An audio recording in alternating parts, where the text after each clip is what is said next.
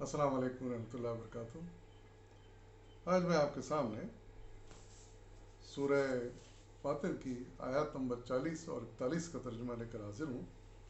سماعت فرمائیے۔ اعوذ باللہ من الشیطان الرجیم، بسم اللہ الرحمن الرحیم۔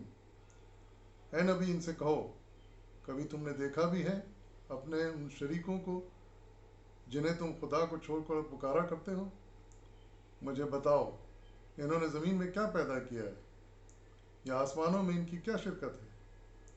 اگر یہ نہیں بتا سکتے تو ان سے پوچھو، کیا ہم نے انہیں کوئی تحریر لکھ کر دی ہے جس کی بنیاد پر یہ اپنے اس شرک کے لیے کوئی صاف سند رکھتے ہوں؟ نہیں، بلکہ ظالم ایک دوسرے کو محض فریب کے جھانسے دیے جا رہے ہیں۔ حقیقت یہ ہے کہ اللہ ہی ہے جو آسمانوں اور زمین کو ٹل جانے سے روکے ہوئے ہے، اور اگر وہ ٹل جائیں تو اللہ کے بعد کوئی دوسرا نہیں جو ان کو تھام سکے۔ بے شک اللہ بڑا حلیم اور درگزر فرمانے والا ہے۔ صدق اللہ العظیم۔ ان آیات میں پہلے تو اللہ تعالیٰ نے اس وقت کے مشرکوں کافروں سے ایک سوال کیا ہے، اور حضور صلی اللہ علیہ وسلم کو حکم دیا کہ ان سے یہ سوال کرو کہ وہ بتائیں کہ اس دنیا میں اور اس کائنات میں کون سی ایسی چیز ہے جو انہوں نے تخلیق کی ہے، انہوں نے بنائی ہے، وہ دعویٰ کر سکیں ہاں یہ انہوں نے بنائی ہے تخلیق۔ کوئی ایسی خلقت، کوئی ایسی ستارے، کہکشائیں، یا جو بھی اجسام اور اجرام فلکی ہم دیکھتے ہیں آسمانوں میں، کون سی چیز انہوں نے بنائی ہے؟ حقیقت یہ ہے کہ نہ انہوں نے زمین میں کوئی چیز پیدا کی اور نہ ہی آسمانوں میں۔ زمین میں جو بھی حیات ہے وہ اللہ تعالیٰ کی بنائی بھی ہے، اور آسمانوں میں جو کچھ ہے وہ بھی اللہ تعالیٰ کا بنایا ہوا ہے۔ تو ظاہر ہے کہ پھر یہ اس کا جواب کیسے دے سکتے ہیں؟ ان کے پاس اس کا سوال کا کوئی جواب نہیں ہوگا، اور نہ یہ دعویٰ کر سکتے ہیں کہ کسی چیز میں شریک ہیں، نہ انہوں نے خود بنائی، نہ وہ اللہ تعالیٰ کے ساتھ کسی چیز کی تخلیق میں شریک ہیں۔ پھر اس کا جواب یہ نہیں دے سکتے تو ان سے پوچھو دوسرا سوال کہ تمہارے پاس اس بات کی کیا سند ہے کہ جو شرک تم کر رہے ہو وہ ٹھیک ہے؟ کیا اس مالک کے حقیقی نے تمہیں کوئی سند دی ہے؟ اس پروردگار نے جس اس کائنات کو بنایا ہے، جس نے تمہیں بنایا ہے، کوئی سند دی ہے، سرٹیفکیٹ دیا ہے کہ ہاں تم میرے شریک ہونے کا اعلان کر دو، یا دعویٰ کرو کہ وہ تم میرے شریک ہو؟ کسی قسم کا کوئی اللہ تعالیٰ نے ان کو اجازت دی ہے، کوئی سند دی ہے؟ کچھ نہیں۔ یہ جو کچھ بھی دعوے کرتے ہیں خدائی کے، یا پھر اللہ تعالیٰ کی قدرت میں شریک ہونے کے، یہ سب جھوٹے دعوے ہیں، فریب ہے، دھوکہ ہے۔ نہ انہوں نے کوئی چیز تخلیق کی ہے اس کائنات میں، اور نہ کسی چیز کی تخلیق میں وہ اللہ کے شریک ہیں۔ یہ صرف اپنے ماننے والوں کو، اپنے پجاریوں کو دھوکہ دے رہے ہیں،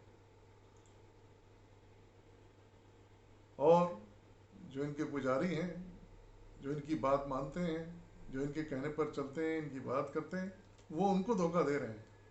ہاں ہاں، ہم آپ کو مانتے ہیں، ہم آپ کے پجاری ہیں، آپ ہی سے توقعات ہم رکھتے ہیں، آپ ہی سے دعا ہم کرتے ہیں، آپ ہی ہمارے مسائل کو حل کرنے والے ہیں۔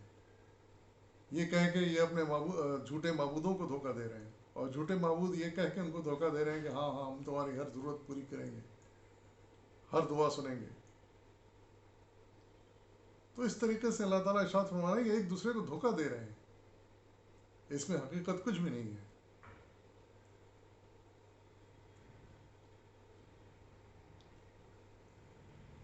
پھر اگلی بات اللہ تعالیٰ ارشاد فرما رہے ہیں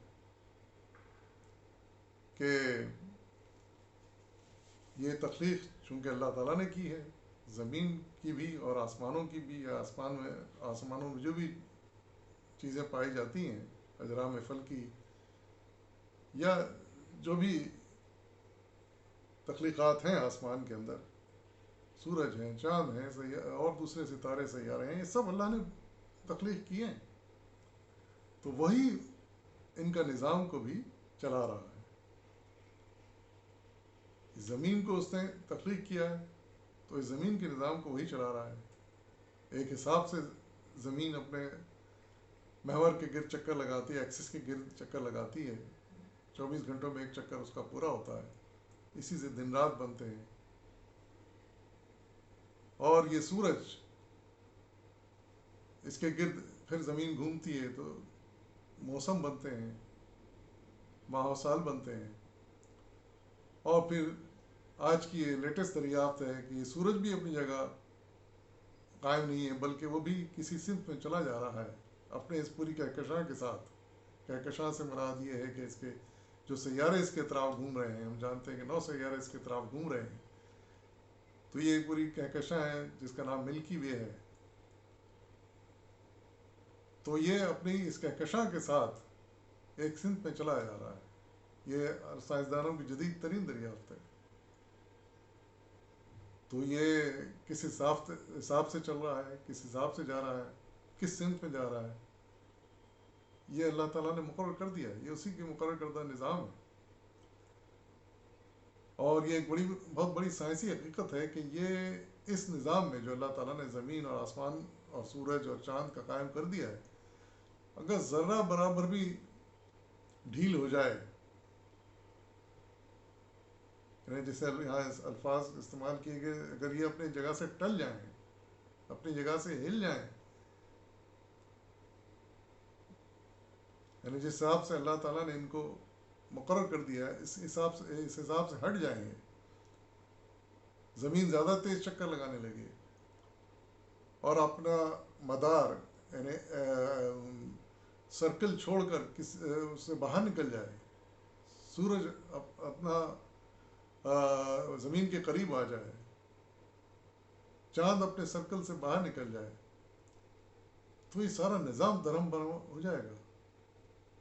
سوچنے والی بات ہے کہ اس نظام کو کس نے پکڑا ہوا جھگڑا ہوا ہے کہ زمین بھی ایک حساب سے چل رہی ہے، چاند بھی ایک حساب سے گردش کر رہا ہے، سورج بھی ایک حساب سے ان کو اپنی گرفت میں لیے ہوئے. اگر ذرا یہ گرفت لوز ہو جائے تو یا تو زمین اور چاند سورج سے جا کے ٹکرا جائیں گے، یا پھر سورج کے حصار سے نکل کر یہ کہیں کے کہیں نکل جائیں گے. دونوں صورتوں میں حیات فنا ہو جائے گی زمین کے اوپر. تو اس نظام کو تھامنے والا بھی وہی ہے، اوپر والا ہے، اسی نے تھاما ہوا ہے. اور اگر اس نے ان کو ڈھیل دے دی، یہ گرفت اس نے ڈھیلی کر دی، تو پھر کوئی دوسرا اس کو پکڑ نہ پائے گا. لیکن یہ سب کچھ اللہ تعالیٰ نے اس کے لیے ایک دن مقرر کر دیا ہے. یقیناً اللہ تعالیٰ اس سارے نظام کو الٹ پلٹ کر دے گا، پورا نظام درہم برہم ہو جائے گا اور وہی قیامت کا دن ہوگا. لیکن اللہ تعالیٰ نے اس کے لیے ایک دن مقرر کیا ہے اور اس دن تک تمام انسانوں کو مہلت دی ہے. جو بھی آتا ہے یہاں زندگی گزارتا ہے، اس کو زندگی ملتی ہے، تو کوشش اس کی یہی ہونی چاہیے کہ اس مالک حقیقی کو پہچان لے، اسی کی عبادت بجا لائے، کسی کو اس کے ساتھ شریک نہ کرے. اور یہ اس کا بڑا فضل و کرم ہے کہ اس نے ہمیں اتنی زندگی دی ہے کہ ہم ان باتوں کو سمجھ سکتے ہیں اور ان پر عمل کر سکتے ہیں. اللہ تعالی ہم سب کو اس کی توفیق عطا فرمائے. وآخر دعوانا الحمدللہ رب العالمین.